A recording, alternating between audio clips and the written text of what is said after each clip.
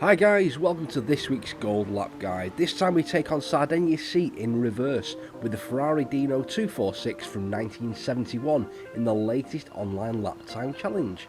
I've currently got a gold time, so I'll show you what I did to achieve that. Now I actually quite like this car, but it does get a bit slidey at times, so make sure you stick around to the end. I'm sure you'll pick up a few helpful tips. Now before we start, the first thing I did was change the ABS to default. I'm normally a weak ABS driver, but this car slides really easily, so the default ABS setting worked best for me on this occasion. Give it a try. So, starting the lap. I actually nearly hit the wall there because I was looking away from the screen. Not ideal, don't do that. First braking point, 200 marker, somewhere around about where that is, either just before it, just after it. Going to break down into second gear. And remember guys, with this braking there's no downforce, you're reliant on these old brakes, so it'll take a bit longer to slow down. So hard on the brakes, in a straight line, down to second gear. Now you have to play about with the brake pressure a little bit, the car will want to step out on you. Just try and control that with releasing the brake pressure if it gets a bit too slidey. Back on the throttle as early as you possibly can.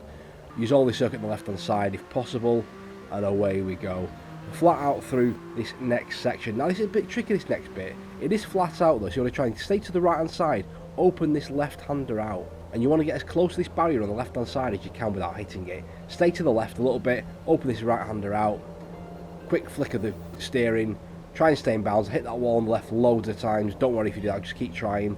Braking point for the next bit, somewhere around about where this bit of tarmac is on the left hand side, just after this white painted bit of track here, somewhere around that point. These braking points are subjective, we're all different, we all apply the brakes differently. Just somewhere around this area where the arrow is should be good. I'm going to break down to third gear. Now this corner caused me quite a few problems. It took me a while to work this out, but I feel like I've got enough of a handle on it now to be able to show you a way of getting through it with a decent amount of speed. So we're hard on the brakes initially, down to third gear. I'm just going to trail off quite quickly, get the car turned in. Bit of curb on the inside, not too much, you'll have no traction. Back on the throttle as early as you can, you'll get thrown to this left hand side. So into this last section, it looks easy, but I found it tricky, but that's probably just me.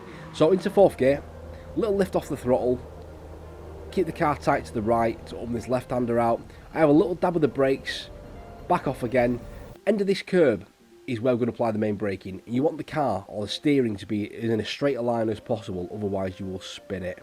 So we're going to be hard on the brakes, roughly around the end of this curb, down into second gear. And the trick with this corner, you've got to try and maximise this straight, massive straight after it.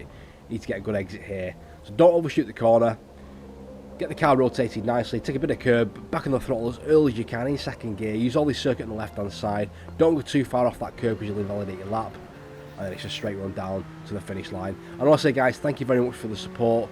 Really appreciate it. If you get any value from this, please do hit the like button and subscribe to the channel. Thank you very much. Cross the line for a 1 minute 5.010, which is good for 1.49%. And at time of recording, a rather unimpressive 132nd in the world.